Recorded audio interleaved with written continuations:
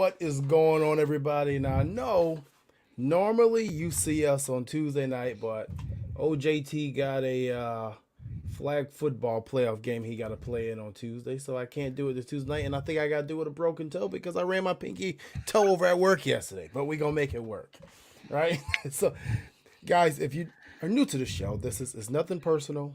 It's just Bills, and I'm your host JTM, and it is brought to you by Checkers. And I got two guys with me today, if you know our normal stand-in co-host, NFL pedigree like they call him, former NFL running back James Mallory. James, what's going on? What's up? What's up? You know I'm ready. You know I'm ready to talk that talk, JT. Got a lot to talk about tonight. And on the bottom there, we got my man there from Mafia Sports Report, my man Tommy. Tommy, what is going on? What up, fellas? Thank you for having me on, bro. Good. Now, I've been on Tommy's show a couple weeks ago, so it's only nice to return the favor and have Tommy on this one. So, if you guys have been living underneath a rock, you will know that the Bills this week made a huge splash in signing the defensive lineman that everybody wanted, the edge pass rusher, and future Hall of Famer Von Miller. 6-year deal, worth up to $120 million. The way it's actually structured, though, is really a 3-year, $53 million deal. Most of the money is in year 2 and year 3. And after that, the Bills have an opt-out in 2025, the new year league year in 2025, with, I believe, $13.7 million in cap savings with 7 dead. So, deal they can get out of. We also brought in tight end O.J. Howard from the Buccaneers, a guy that I believe this regime was high on when he was coming out of the draft. A lot of people were mocking O.J. Howard to Buffalo at the time. And we also traded for a backup quarterback and Beane-like things, trading a 7th-round pick for Case Keenum. So we're going to talk about that all tonight. And we actually are bringing back bad takes this week. But this bad takes is based around nothing but our friend, our favorite Star Tulele. And we got some fans had some things that they had to say about Star, and we're going to let them voice their opinions. But let's get to it, guys. Von Miller comes in immediately. The Bills I think they spent somewhere like $220 million this week. Obviously, 120 on Von. Thoughts on the offseason so far, Tommy? I know, and I'm going to come to you first because you're the special guest. I know that you were asking for edge rusher. Even that day when Chandler Jones went to the Raiders, you were still asking for edge rusher. What are your thoughts on this? Well, first of all, what happened to there's going to be no splash free agent signings that Brandon Beane said at his presser when the season ended. He pulled the rug out underneath us. So huge signing. You know what? I wasn't really thinking about it when the season ended, but I should have been.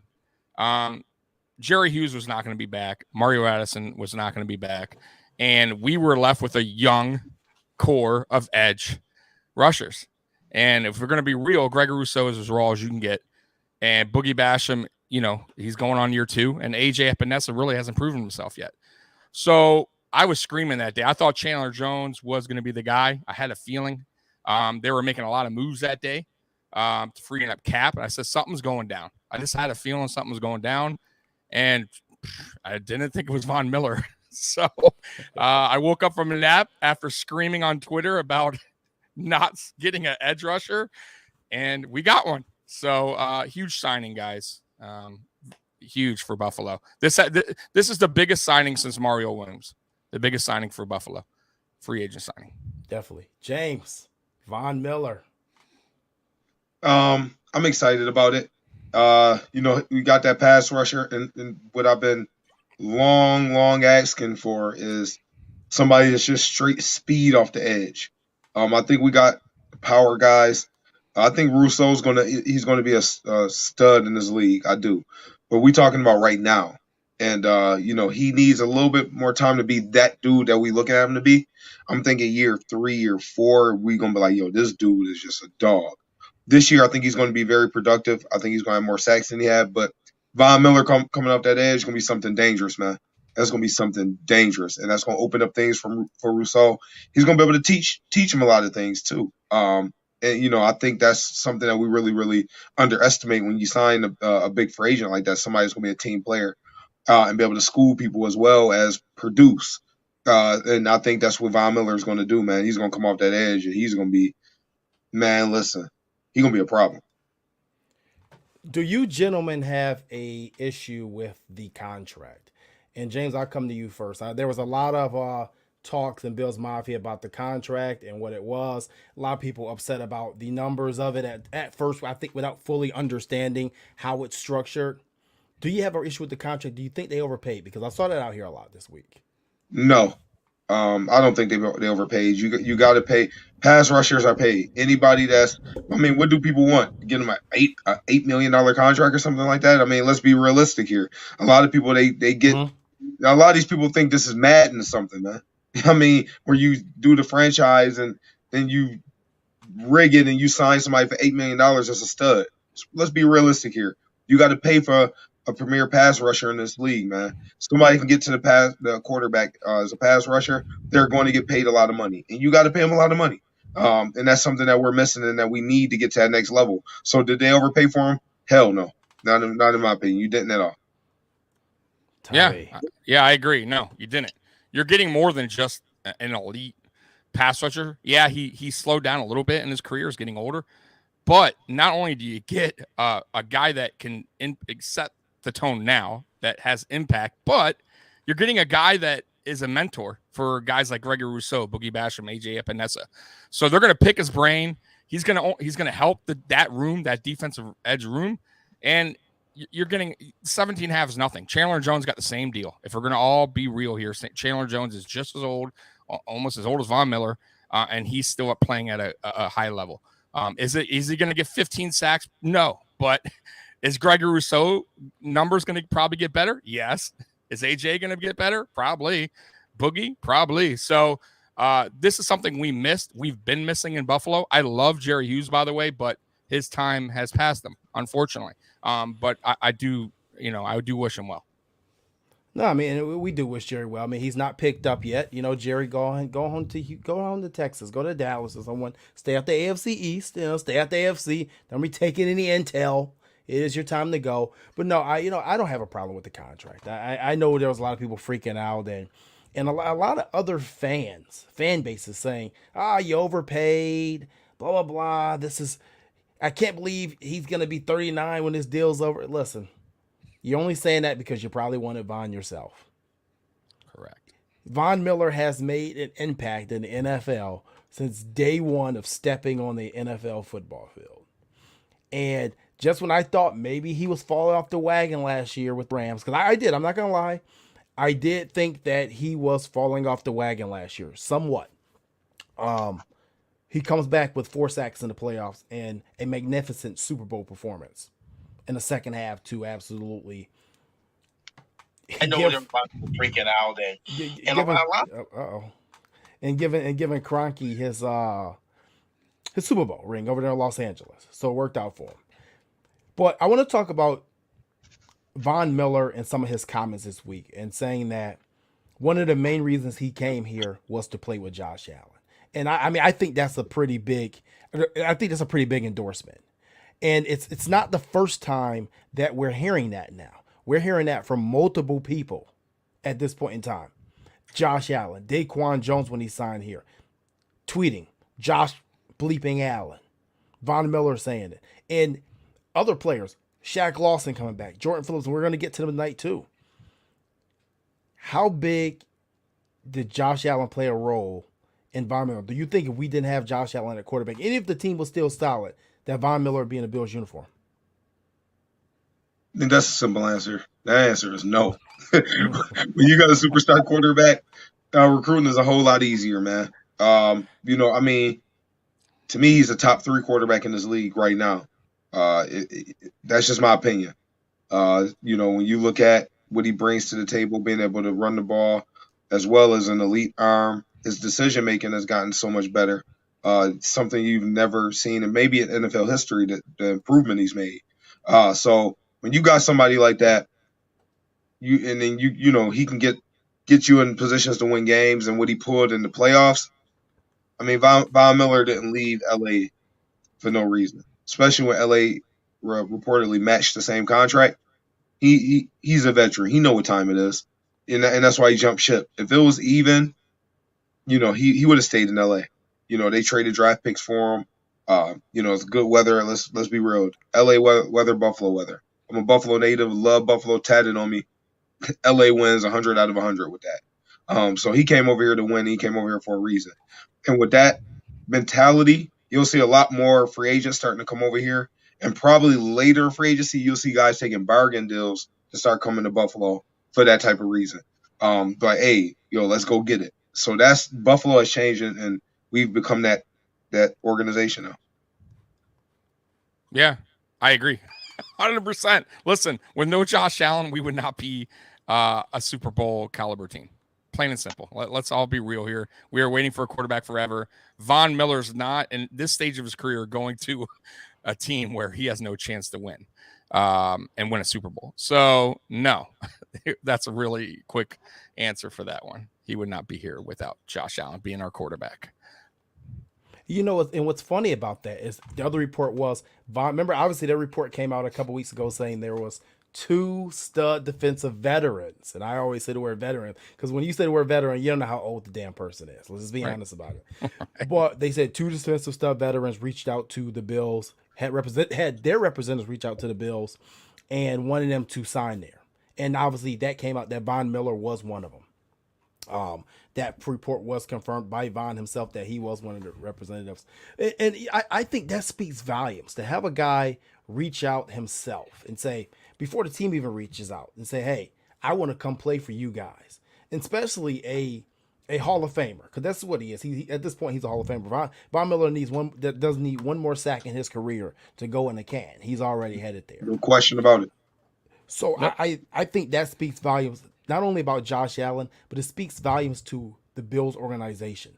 And when people start asking questions about why is it Brandon Beane franchise tagging players or trading players when he can, it's to keep those positive relationships with those agents, with those managers, because you're going to deal with this agent with another player at some point down the line. You're going to deal with that manager with this player at some point down the line.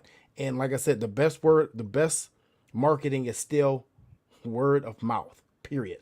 And right now, the Bills look good. The Bills look really good. So I want to talk about the impact that we already talked about the impact that he'll have on Greg Rousseau and AJ Epinesa and Carlos Basham, other guys on that D-line.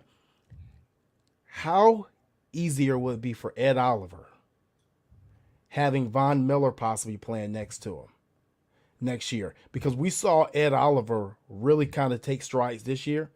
But with Von Miller, I mean, my God, let's be honest. When Von Miller was in Denver in his complete prime, he got like 3 guys contracts next to him. What's my guy's name that went to, I can't think of my guy's name that went to Baltimore right after. Was it Fox? I can't think of my guy's name. It was 2 defensive tackles. I'll think about it later. It'll come to me. But either way, he got people paid.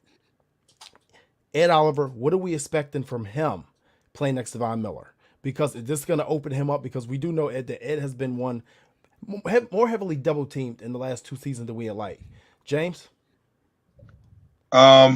Question. Could we extend Ed Oliver right now? Because what's going to happen, I called this out, the same thing with Josh Allen. If you remember, our fans here remember, I said, hey, extend them soon. And that was before the pandemic season with Josh Allen. Same thing with Ed Oliver. If you can extend him before the season starts, you need to do it. Because he's about to have a career year, and the price tag is probably going to go up about $4 to $7 million a year if you do it now, as opposed to at the end of the season when he's about to have an all-pro year, in my opinion. I think he's about to light it up. And, you got to think about, everything else that's around him. I mean, he wasn't getting a lot of production around him. The one technique, I love those guys, but they wasn't dogs. Defensive ends, I mean, Jerry Hughes, that was my favorite defensive player for a long time. It just wasn't there anymore. Addison wasn't there anymore. Rousseau was a rookie. So he was out there a lot of times on his solo. You know what I'm saying? His get off, I don't know if anybody else, let's take Aaron Donald out of that, the best defensive tackle in history, in my opinion. Aaron Donald. But besides him, to get off, I don't know who's better get off than Ed Oliver, man.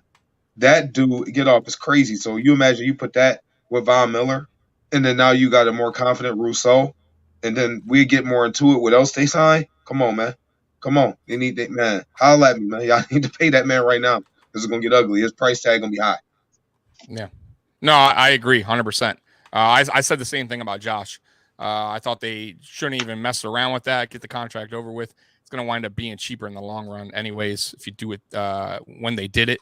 Yeah, listen, Von Miller is going to make that whole defense better. But also the additions of Settle and Jones. We bulked up on that line. So Ed Oliver, is kind of undersized, and they're going to have to double on some of these guys. It's going to be hard for offensive line to guard these guys coming at him full force, and nobody does it better than Von Miller. So Ed Oliver is going to eat, and yeah, I agree with him. I would definitely get that extension done. Yeah, the three guys I was thinking about. Thank you to my man Stevie Franchise out there, Derek Wolfe, Shelby Harris, and the third guy was Malik Jackson. Those are the three guys who got paid by playing right next to Von Miller. And honestly, after he didn't play next to Von Miller, they kind of disappeared a little bit there. But still solid football players, but the production obviously was not the same.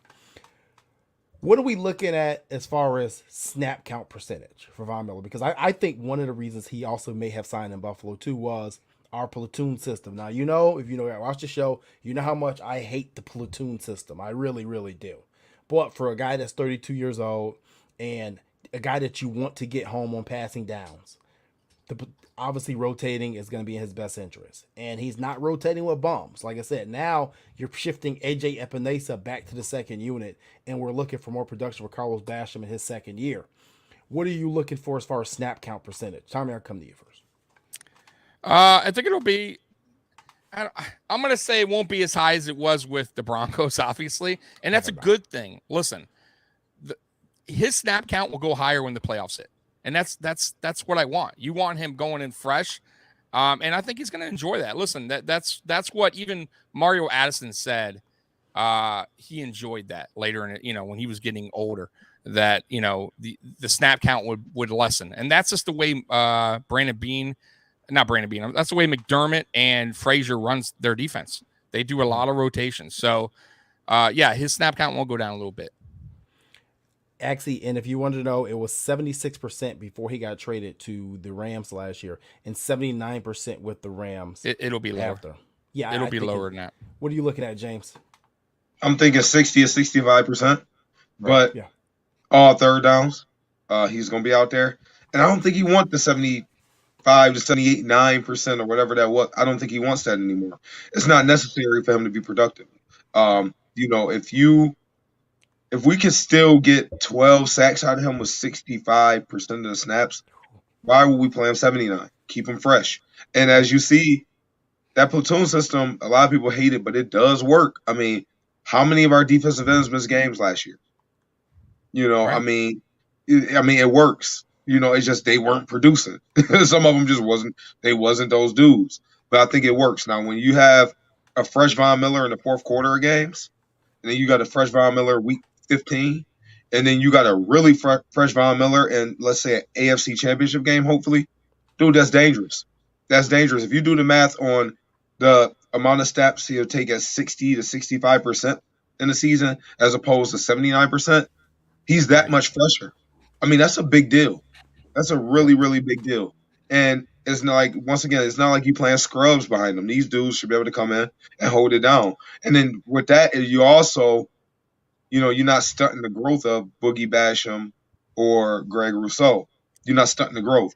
And then with Shaq Lawson, with his injury history, it's probably better. He probably played 30 to 35% of the snaps anyway. He's probably going to be very, very productive in that role. When we're in a situation where we might be like, somebody might pay him next offseason and give him a little more money. I'm not talking no $15 million contract, but I'm saying somebody maybe pay him to have maybe a bigger role with them next year, because I think he's going to be very, very productive. Yeah. Tommy, anything to add? No, I totally agree with what he said. 100%. I think it's going to be about 65%, 65, 67, something like that. But listen, Von Miller, like I said, he knows where he's at in his career. I think he's going to enjoy that snap count being a little bit less than it was before, but that doesn't mean his production will be anything lower. It's gonna, like he said, get Gregory Rousseau better, get the young guys in there a little bit more, and then when playoff time hits, man, he's gonna be fresh and good to go. That's the one thing we've been missing is a true edge rusher, a guy that can get to the quarterback. Because listen, we led. I think we were top 5 in pressures. So we just couldn't get home. You understand? So yeah. I'm just saying. So there's a big difference. Pressures, but getting home is 2 different things. And Von Miller can get home. So well, yeah, that's been proven. And you know the funny thing you say about pressures is that's PFF's key word to keep telling us why we should keep paying Jerry Hughes every single season was pressures. How they grade the pressures is a little questionable because I've been sat down and said, hey, this is a pressure. I'm like, that's a passing lane. That's not a pressure. But hey, neither here or there, it doesn't matter. I think ultimately the Bills got tired of not getting home. When you watch that AFC Championship game, it was very disappointing at times to see Patrick Mahomes run out there as if he was like Cam Newton or Michael Vick, and he wasn't known for that. And we saw, so we saw 30 plus guys trying to chase down Amari S and Jerry Hughes. And we know that Von Miller is also a 30-year-old plus guy, 32 years old to be technical. But it's different. It's a guy who brings the quarterback down no matter where he goes. And I think that's why the Bills did this. They're tired of the pressures. They want sacks. That's it. Right. They don't want any extended plays. They don't want any crazy passes across Tremaine Edmonds' face. They want sacks. And I think that's why we made this deal.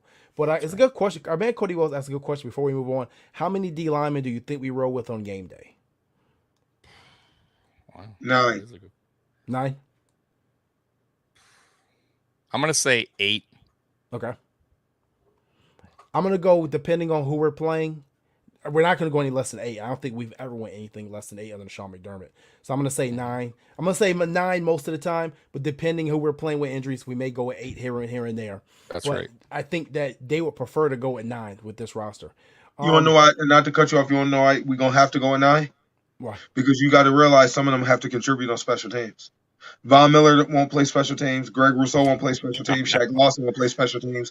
Boogie Basham won't play special teams. Ed Oliver won't play special teams. Sutter won't play special teams. Davis won't play special teams. You got to roll with 9. You can't roll with 8. It's not realistic. Right. Actually, I think it depends on, honestly too. I think it depends on who we play. Sometimes the defensive schemes and also injuries and stuff like that. You know, so 8 or 9. You know. Because remember, Daryl Johnson, when we had him, he was always that end that was active, almost like a Tywan Jones that wouldn't get many snaps, but he's a special teams guy. That's true. So who's going to be that guy? I mean, AJ, maybe. Right. You know, so that's where that's why I'm thinking that 9 number. That's why that number's popping in my head, to be honest. I'm just giving y'all a little background on why I'm thinking 9 for sure because of special team. And that's one thing we'll talk more as we get in the show. We got some special teams boys to fill. We top heavy right now. Yeah, we do. All right. Well, that's the Von Miller conversation for tonight. And I think we pretty much hit the contract. We hit what he thinks his role is, his snap count. If you have any more questions, be free to hit us up and maybe we'll answer them through Messenger or something. But it's the 24-minute mark, which normally at the 20-minute mark, you guys know what time it is. And during the regular season and off season, we don't do it too much. But now it is time for everybody's favorite segment, Bad Takes. Today, we're going to be reading some of the takes from Star Latule's release. Now, as you guys have been following me, I had dubbed June 2nd as Star Latule Day. So I'm still dubbing June 2nd. So we're still going to celebrate that and take a shot. Or whatever you drink. If you don't drink, whatever, it doesn't matter. On June 2nd, we're still going to take a shot for Star Latule's release. I'm not changing my date. But the Bills made it come early. Actually, at first, I was kind of disappointed because I thought that the 7.7 debt that we took on this year was not a smart move. But then when I thought about it, I didn't know that after June 1st, it would win for about $4.5 million debt for next season. So smart move by Brandon Beane to take it on the chin now, get out the way. But hey, it's that time for bad take. So let's get going. Bad take number 1, Star Latule version. Good riddance. Lazy Cannot play if he has a cut in his finger. All for himself player.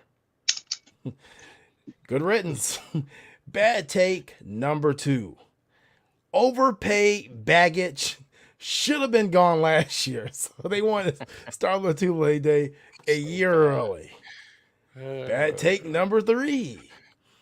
Think this may be the best news the Bills put out this offseason. They're valuing this more than Von Miller. Star Lotulelei release. People really don't like Star Lotulelei, man. I wonder why. Bad take number 4. Some other team is going to get a good ... No, average player for 3 or 4 full games. I hope they enjoy. So bad. In bad take number 5 and final take of the night, James, drum roll, please. Shit, we had Star Lotulelei.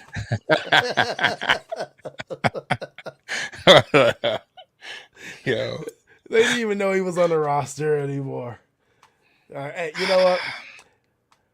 I love the move I love the fact that we brought Star in when we did. I never liked the contract, and I'll just be honest. I've been on record saying it 1,000 times. There was no reason to ever give him a 5-year deal.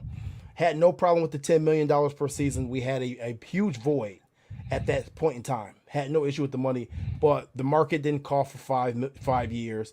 I believe the number 2 and number 3 defensive tackle behind him on the market, I believe was Don Terry Poe and Jonathan Hankins that offseason. And I think they both got 1-year deals, maybe even 2. So there was no reason to ever give him a 5-year deal. I think Brandon Beane is going to learn from that. And obviously that was one of their first signings as well. So that was a culture signing as well. It was. Yeah. Him and Trent Murphy. That was like the big signings that offseason. Jesus, we moved so far away from that, haven't we? How much things have changed. So maybe Dolphins. The Dolphins should pick up both of them. I give them both keys to the city if I was Miami. You need a culture fix over there. Yeah. Bring them both in. Trust me. You can bank on them. It wouldn't have been as bad if he wouldn't have set out, because we'd have been able to get out to do a year. I don't think he's a bad player. It's just we would have been able to get out of it, because when he set out, he elected to opt out. That contract was like put on hold. So this would have been, you know what I'm saying? That's what made it bad. Right. Yeah. Right. It's fine. It's over. It's over and done with. I thank him for his time in Buffalo Star. Give him some wings on his way out. Bon voyage. Goodbye. But speaking of people leaving home, we had 2 guys come back home this week. Former defensive end Shaq Lawson and defensive tackle Jordan Phillips both returned to Buffalo this week on 1-year deals. Shaq was something that we thought was going to happen in general. Jordan was a little bit more of a surprise, but that rounded out Sean McDermott's defensive line with familiar faces. How do we feel about these guys come back home, and just overall the comments that they made? Just the fact that they went out there, they saw, and it's not what mama told them. The real world was hard. It was a little bit rough. Tommy, what do you think, man?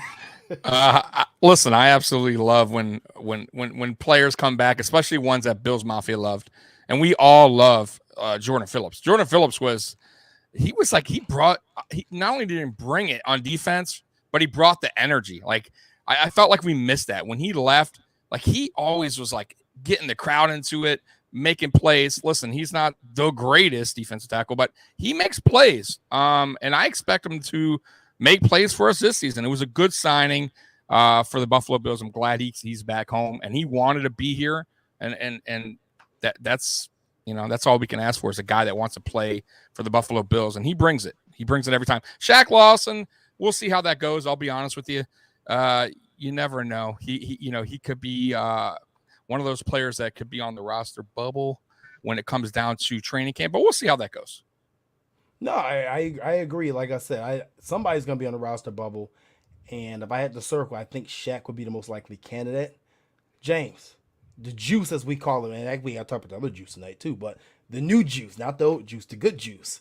And Shaq Lawson, Jordan Phillips come back home, and as my man Tommy said, they bring the juice. They bring electricity, energy.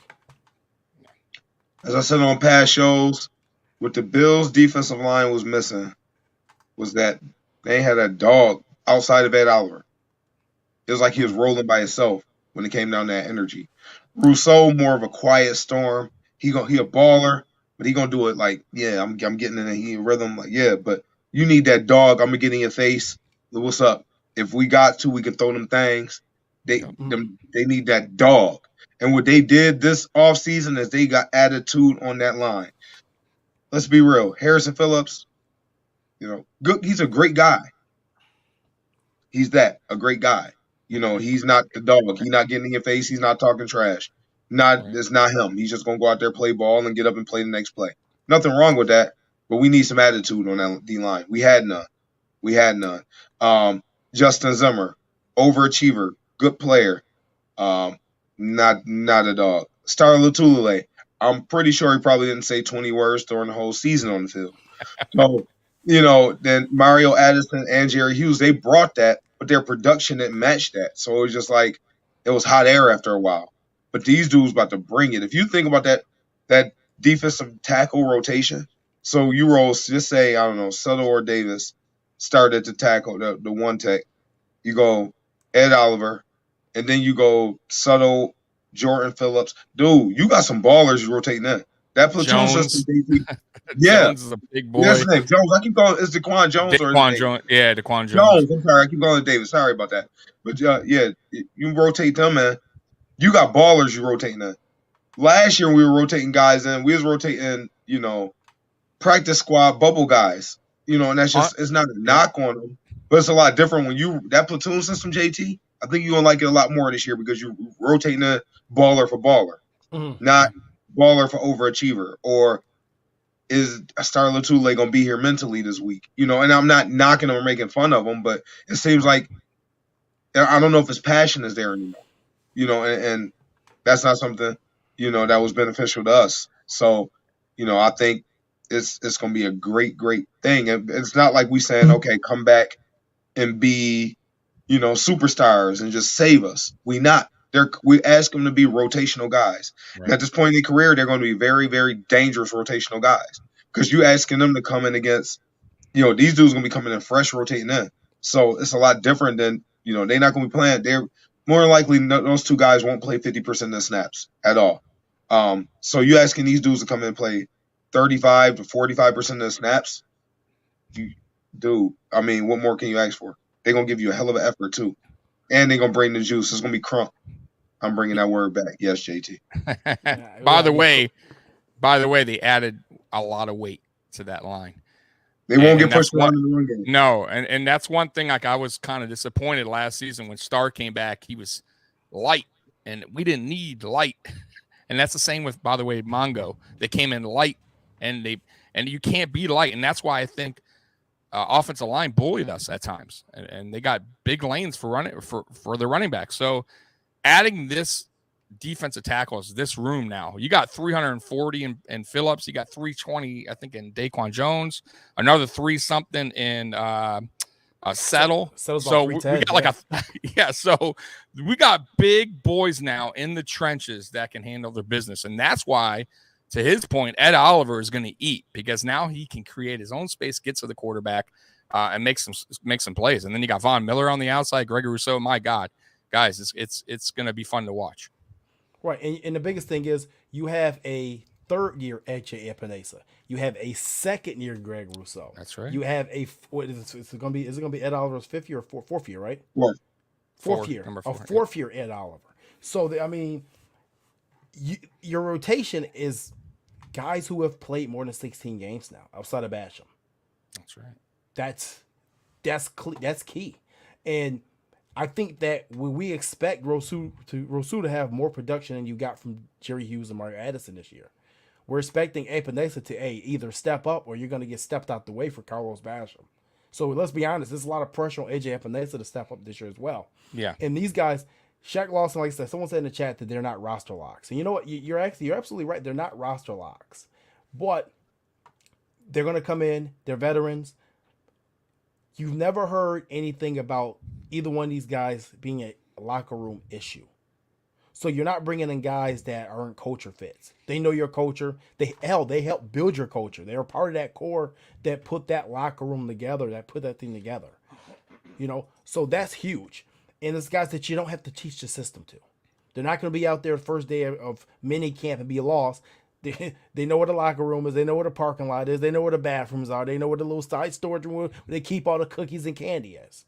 This is somebody that knows you. You don't realize that stuff means a lot when you come in that comfort, man. Yeah, dude, that means a lot mentally. It means a lot mentally, man. I can tell you that you coming into a situation which you're familiar with, dude. That means a lot, man. It goes a long way. Right. So I'm saying, 100%. Same coaches too, by the way. Yeah, we haven't lost any. We barely lost anything on the defensive side. Right. Was Eric Washington? Was he here? Was he here when he wasn't? He's the only one that changed, No, right? he's fairly new, yeah. But I think he's gonna love their attitude, though. Yeah, he's definitely gonna love their attitude. So I'm glad overall. I'm glad to have both guys back home. It's nice to see players saying that, hey, I went to other places, and even while I was in other places, I was thinking about here. Jordan Phillips' comments speaks volumes. He was with a playoff Arizona team. It's not like he's with Shaq Lawson, where Shaq obviously bounced around from Miami, then got traded to Houston for a couple weeks, then went to the Jets at the end. That's different if he was thinking about Buffalo. But Jordan Phillips was on a playoff football team, actually a team that was a Super Bowl contender for most of the season, and he's thinking about Buffalo. Yeah. By the way, Phillips is still kind of young, so everyone thinks he's like old. I think he's like 29. He's not. Both of them are young. I don't know why people act like they old men. These dudes are young. That's true. Shaq is young as well. And Jordan Phillips is normally throughout his career has been healthy, except for this last. He had some bumps with Arizona, some injury, but I think he'll be fine, man. Shaq Lawson, like I said, we'll see what happens with him, but I'm excited, man, for these guys coming back. By the way, McKenzie also coming back. McKenzie also coming. Now I'm gonna have to do a whole complete different show on McKenzie because I am so disappointed in that contract that he took. His agent needs to be fired. Whoever his representatives needs to be fired. But that's a whole different story for a whole different day, honestly. But I'm very disappointed in the contract he took. And obviously, it worked out for the Bills, but overall as a man and a player, he got gypped. It is what it is. I'll say it out loud. I'll speak it. I don't care. But either way, moving on. Last topic of the night is I wanted to talk about today about the Stefon Diggs contract extension. I think that this is something that obviously Brandon Beane spoke on it the other day, and it doesn't seem like he's too interested in giving Stefon Diggs an extension right now. Now, obviously, we saw big money numbers come out this week with the Jaguars starting to market off with Christian Kirk, giving them $21 million per year. And then you obviously saw Devontae Adams trade to Las Vegas to the Raiders and get his extension where he's up to $28 per year. And just last year, we were talking about Stefon Diggs is getting an extension, and just let's make sure he plays on $20 million for the first 2 seasons. And now we're looking at like, wait a minute. These guys are catching balls over here for $28 million a year, and Stefon Diggs is either equal to or better than them. Yeah. But Brandon Beane was asked the question, and he said that he wasn't too worried about that right now. Stefon Diggs had 2 years under contract still, and that he knows that Stefon values winning over money. And I said, in my head, well, hell, did you ask Steph that? Because I think you're asking a question for somebody that I don't necessarily think Stefon Diggs necessarily feels that way. I know they gave him a little bit of a pay bump as soon as he got to Buffalo. In the next 2 years, this year he's going to be playing the contract. I think his cap hit is $17 million, and next year will be around a little bit above $18 million for cap hit for the next 2 years. James, you've been in locker rooms. You've seen contracts. Did Brandon Beane answer that question the right way? And B, do you think Stefon Diggs feels that way, the same way that Brandon Beane said that? Was he right for saying that? He was politically correct. He did Stefon Diggs a favor. Meaning, he said, hey, he's been a good team player. He hasn't been a locker room issue. I think he did him a favor in regards to that, for the image. But, in regards to it, I mean, he does have 2 years left. And the Bills have to set a culture.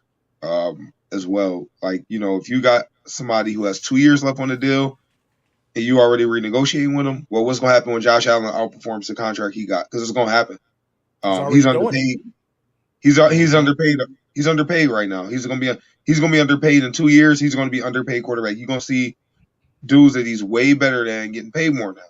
So when Josh Allen has 2 years left, what do? Rip it up and then just throw him a lot more money? What happens when, Trey White, he has 2 years left. Do you do that with him? I mean, you can really set yourself up for disaster by doing that. So I like it. And, as a player, you got to respect it. If you do have 2 years on your deal, okay, I'm cool. I can ride it out. But when it's time to pay, if you don't pay, I'm out. That's maybe it's going to be his mindset. But when you got 2 years left, it's not much leverage you have. And it's not like he's getting paid chump change. We're not talking about somebody who's getting paid $8 million or $9 million. Right. We're talking about a cap hit that's 17, JT? Yeah, 17 for this year. A little bit over 17 this year and a little bit over 18 in the final year next year. Yeah, we're not talking chump change here. We're talking you getting paid $1 million a game. I mean, Right. It's not like, you grossly underpaid. I mean, is he underpaid? Yes. Is he grossly underpaid? No. His time going to come. Obviously, Stefon Diggs is going to get paid. He's going to be here well into his 30s. So, I don't think they should prioritize it. You got a lot more things to handle. You need to figure out this Tremaine Edmonds situation. You need to figure out Ed Oliver. And don't forget those two safeties going to be running short on their contracts as well. So some other things you need to take care of. And believe it or not, Deion Dawkins' contract going to be up before we know, even though he's just now starting on that new deal. That 4 years going to fly by. And then he's grossly underpaid. So, yeah, it's some things coming up. Yeah, we've been stealing some money. We've been getting some money, especially at 2.2. I'm still mad about that 2.2 from McKenzie. Yeah, listen, guys, it's a business. NFL's a business, right? The salary cap goes up every year, pretty much, right? Unless there's some big COVID thing that happens and it drops. But other than that, as we know, it goes up, and every player 2-3 years down the road thinks they deserve more because other players are getting paid higher. That's just the way it's always been. That's why I said pay Josh now, get it over with. Pay Ed now, get it over with. Because 2-3 years from now, defensive tackle who playing like Ed Oliver is going to be paid way more. But the one thing about Beane is that he's always been true to the guys, bringing guys back that are good to this team. And he has, and he's given extensions. I mean, look who's given extension to already, right? Trey, Jordan Poyer, right? All the guys already that Beane has said, I'm going to take care of you. Josh Allen, right? Josh Allen wasn't sweating it. He took care of it when he said. So I think he does take care of Diggs. It may not be this year, but he definitely will give him an extension. And I think Diggs understands it's a business as well.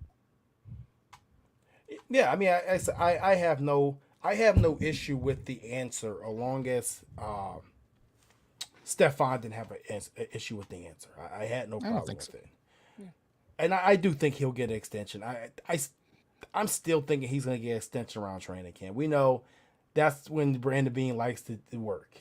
It's when the guys get back in camp, he usually gets the extension ready. And I think he's probably the next in line for one. Because reality, there should be really no one in front of him. Like I said, maybe Tremaine Edmonds, and the book is still out on that of what we're even going to do with Tremaine if we even pay him long term. Because I'll be honest, guys, I put something on Twitter today where I'm thinking that they should be trying to trade Tremaine Edmonds for a 19th pick to the Eagles, and not because I don't like Tremaine Edmonds personally. I'm a Tremaine Edmonds fan. I like him. I know a lot of people don't, but I like him. I understand what he brings to this table. I understand what his job is for this defense.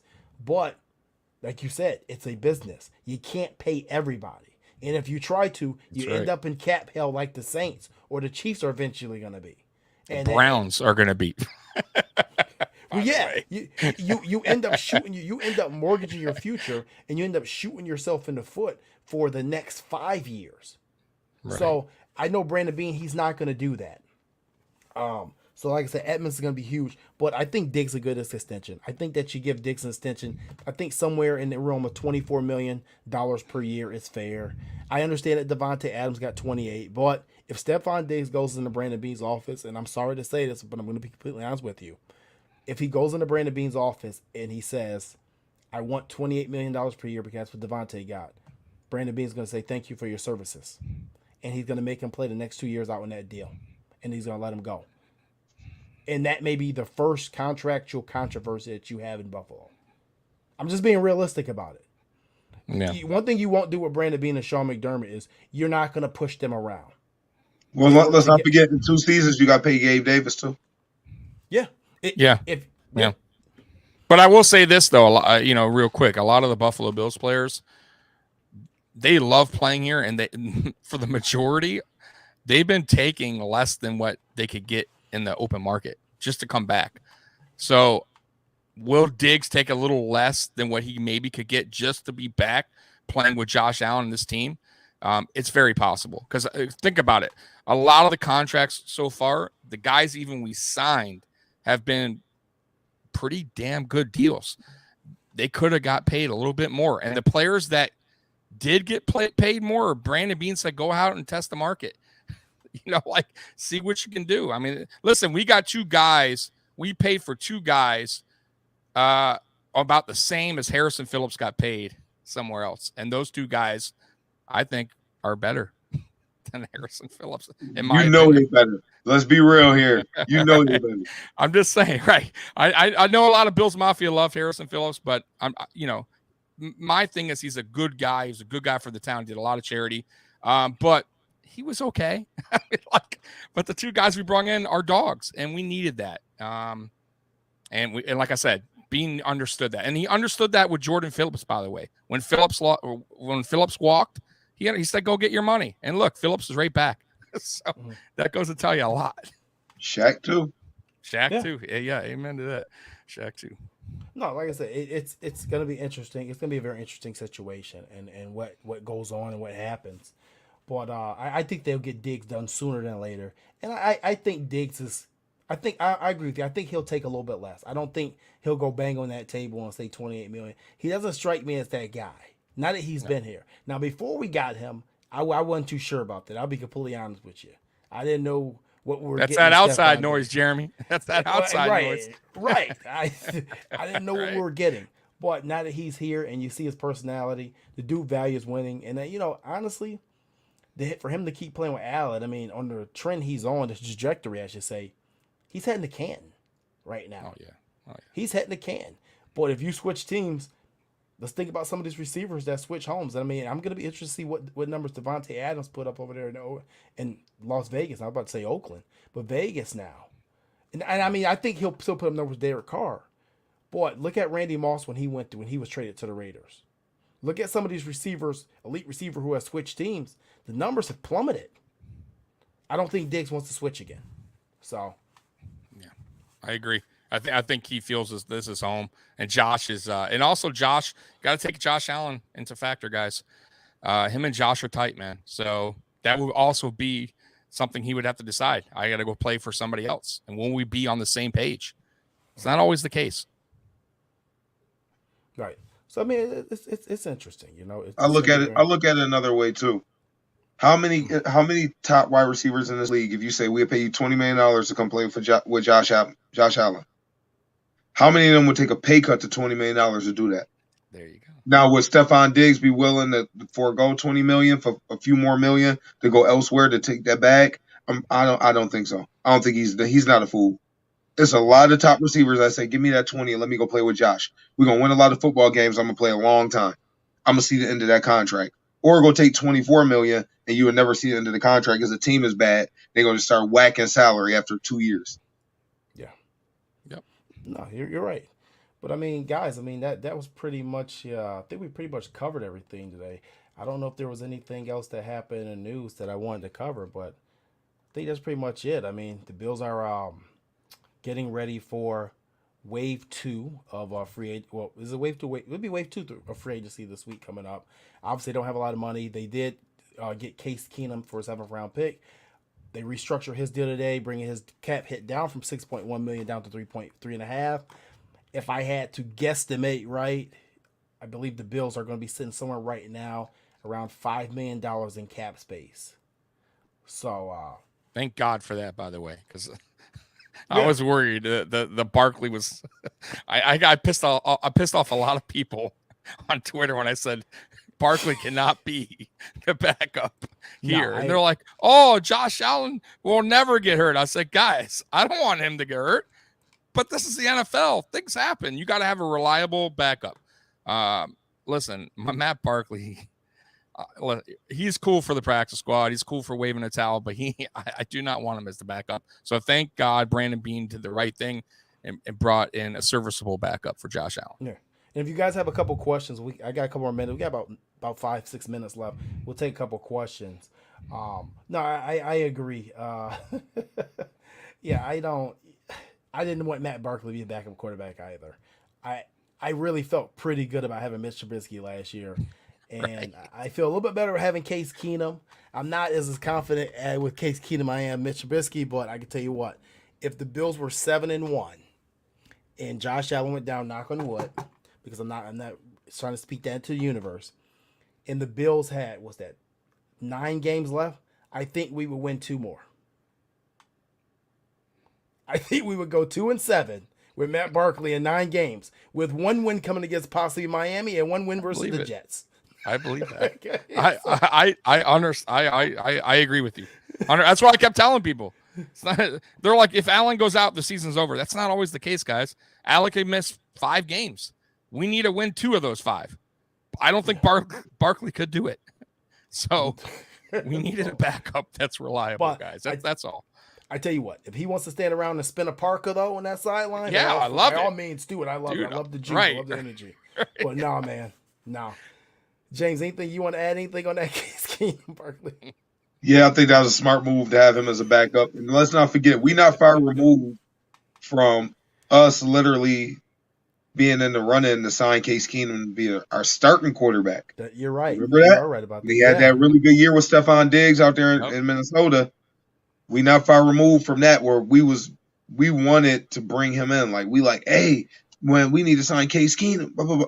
Now he's our backup. That's how far we've come, Buffalo. We came that far as a franchise. That's right. But let's take a couple questions here, and let's see if we give the best answer we can.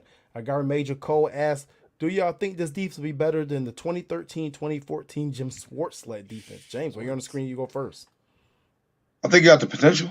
I'm waiting to see if Trey White can come back and do it. I know he's going to come back and be, if not better than what he was. I want to see what we do with the other cornerback position.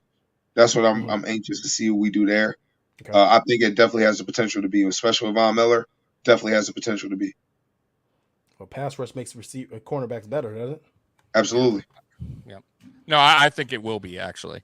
Von Miller adds an extra layer to this defense that we've been missing for a long, long time. The only thing that worries me a little bit right now is Trey being down, because we don't even have a vet cornerback right now. We don't. We have a young squad. Levi is gone. So Brandon Beane needs to get a vet cornerback, free agent in here, and draft a couple cornerbacks in the draft. But that worries me a little bit. Other than that, we are solid. By the way, we have the best safety duo in the NFL. If you didn't know that. Right. We have Matt Milano, who, by the way, guys, another underpaid linebacker, another guy that came back that we paid less than probably what he could have got out elsewhere. And he balled out. By the way, that's a guy who lived up to his contract, unlike Darrell Williams. So, we have a good defense, very good. It's just the cornerback room. We got to get a vet. We got to get a veteran. And I think Brandon Beane understands that, and he'll bring one in, and we'll address that in the draft. By the way, I ate total crow on the Matt Milano thing. So I'll admit to that. It happens. I don't have a problem into it. I say get rid of him. The guy Me too. tackle. Yeah, Me too. We ate crow on that. That $9 million looks real good right now. So another question is Ray Cruz says they are still thinking bring Barkley and place it on the practice squad. Let's see. Cody Wells say, actually I have to go to Kenny. No one will pick him up. Kenny Riggleman's first. Do you think we will sign a running back like Fournette or Gordon or wait till the draft to get another running back? As if we even get one, James. That's running back is your topic. I seen on Twitter that it was reported that the Bills are one of the 3 teams interested in Fournette. It's so tricky. That running back thing is so tricky because I think Singletary is the number 1 guy. I think he's very unappreciated by Bills Mafia and Bills fans for the most part. That dude can play, man. He can play.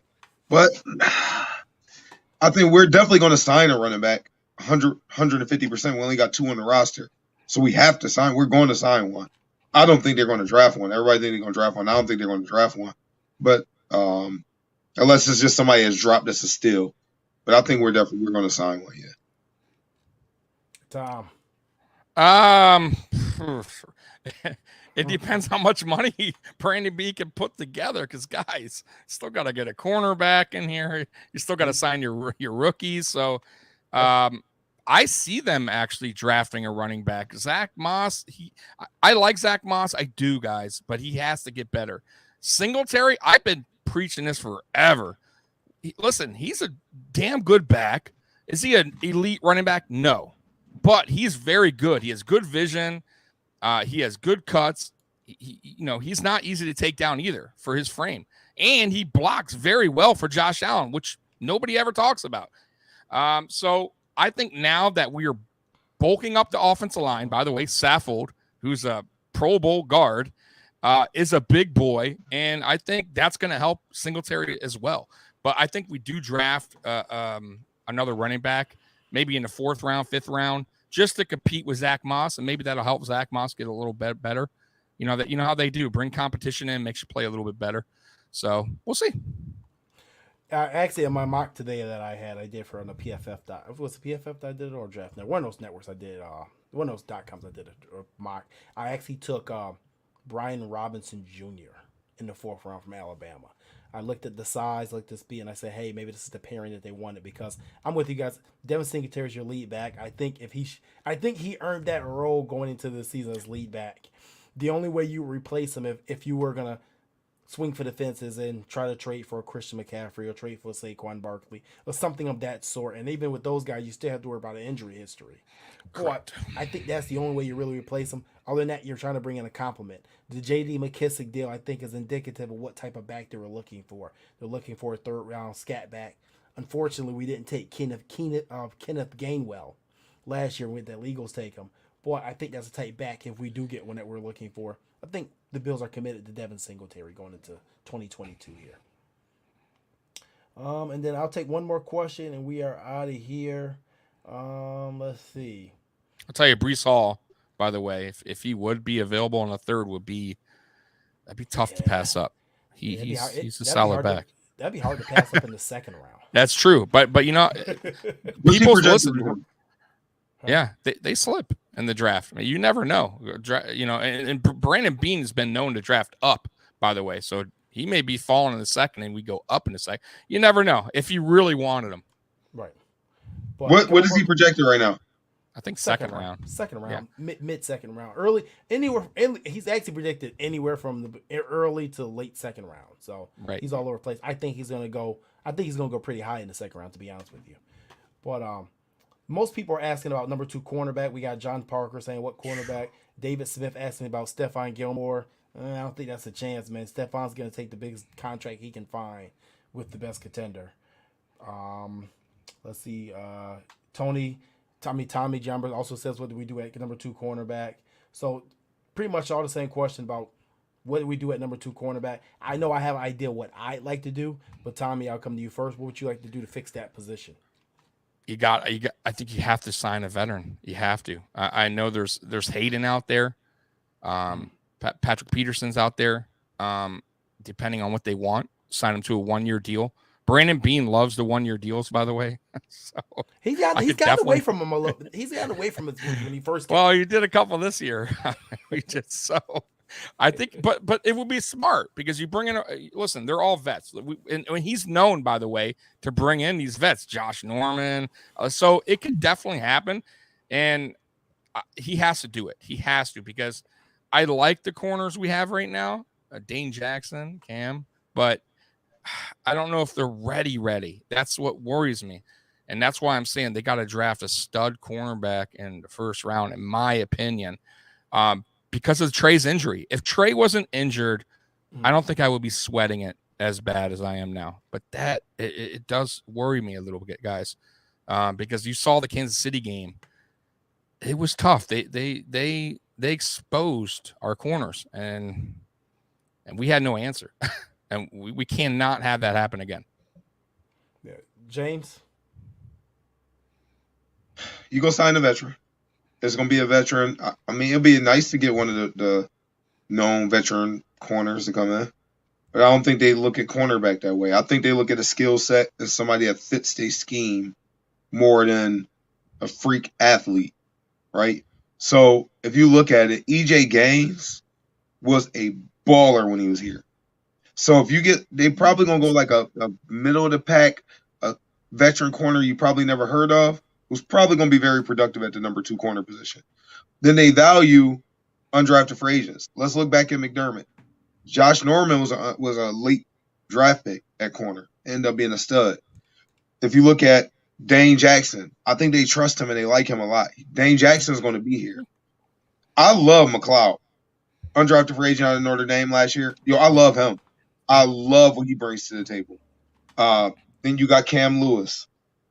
I think they like what they got. I think they're, if a stud corner is there, they're probably going to take one. I think they're going to draft that. They're going to sign that veteran. They probably draft one. I don't know if they're going to draft one high. I think they're going to draft playmakers on offense. I think they're looking for more playmakers. That's what I'm thinking they're probably looking for. Because the defensive wise, that front 7, you can win with average number 2 corner. You can. If those dudes are paid and they're there, it's no excuses no more for the D-line. No more. Yeah, right. Y'all got to get the quarterback. So if they do their job the way we're anticipating that, you don't need a stud at the number 2. You need a solid player who's going to do his job. That's a good point. Yeah, that's a good point because the quarterback's going to be getting rid of the ball a lot earlier, and the corners aren't going to be having to play these guys for 5 seconds. They trust those young guys, man. Right. I do want to bring up one guy out there. Steven Nelson, by the way, would be a cheap pickup, and he's pretty good. He's a vet cornerback. They was interested last year in him, correct? They were. Yes. Yeah. And he's out there, so. I was thinking my veteran guy was Kevin King. I know a lot of people aren't high on him as I am, but I think in this vanilla bend but don't break defense, I think he'd be actually very good. And I think you upgrade not only your size from Levi Wallace, but you grade your athleticism. Obviously, Kevin King is a guy who's 6'2", 6'3", 210 pounds, 215 pounds, playing in Green Bay, and he runs a legit 4'4", 4'5", 40. So he's not a 4'6", 4'7" guy like Levi Wallace. I think that's a guy that you can get for cheap. Obviously, he lost his starting role last year with the Green Bay. And I still think at this time, if you want to go with James's route and taking playmakers early, which I'm not opposed to that at all, you could bring in another cornerback maybe in the 3rd or 4th round to compete and put another guy in that room. But I think the biggest thing they want to do at this cornerback position now is I think you saw from the Chiefs game, you need to get more athletic.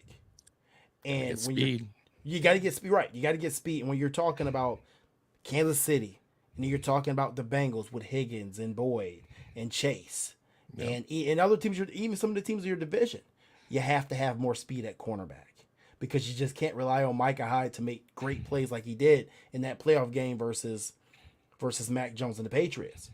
And any other game with any other safety possibly, if he doesn't play that perfectly, that's a touchdown. Oh, yeah.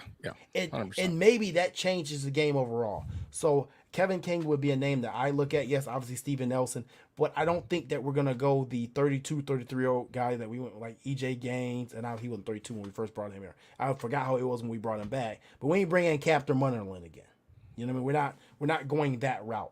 So I think they're going to look for a guy who maybe failed somewhere else, has that lesson they're looking for, and say, hey, we can build this guy up because the NFL is still and will always be an egotistical league, meaning that coaches believe if you have a skill set or athleticism, I can coach you, I can mold you. So, that's our last question for the night. We'll get to more stuff probably next week as we see what the Bills do in Wave 2. But I'm gonna give Tommy tell people where they can find you at and your final thoughts on the Bills Week 1 splashes and Yeah, man. Well, as far as the week 1 free agency splashes, I was not expecting a big signing. I was expecting a lot of all the other guys, a lot of guys that could be rotational, good pieces, but the Von Miller thing it's just telling me that. And one thing I got to bring up real quick before we get off, it's telling me that the AFC is loading the F up, and it's not a Chiefs problem anymore. This is an AFC problem. And the Buffalo Bills, and I think Brandon Beane understood that and saw what was going on in free agency, and he had to make a move. So, yeah. And as far as where you can find me, Mafia Sports Report on YouTube, Tommy Talks Bills on Twitter. I appreciate you having me on, brother. No problem. James, final thoughts? First and foremost, thank you, Tommy. Appreciate you coming on, man. It was great talking Bills talk with you, man. And you know your stuff, man. It was a pleasure, seriously. Thank you. The first wave was cool. I'm excited about it. We made some big moves. We kind of countered the other big moves. Tommy's 100% right. I don't think people fear Chiefs anymore. To be honest with you, I mean, not that they don't respect them, they don't fear them anymore. And, it's a lot going on. People are not talking about Baltimore still. People still not talking about the Bengals. Bengals loaded up the offensive. They were bad up front, and they loaded up the offensive line. They signed Collins today, like the tackle. So it's like it's so much happening. Pittsburgh, they got better, so I think we got better as well. And one thing, signing OJ Howard is going to be a major deal. Now you talking about, you got somebody 6'5" and athletic in the red zone. That's dangerous. And, reliable hands. Let's be real. Dawson Knox had an awesome season last year, but he had some key drops as well. Let's not sleep. And one thing, Bills fans, JT, keep this ticket. I receipt it. Keep it. OJ Howard may be our tight end in the future. He may be our tight end in the future, not Dawson Knox. Because Knox may price himself out. Exactly. OJ Howard may be our and it's not because it's in a good way. Both of them ball out, we win.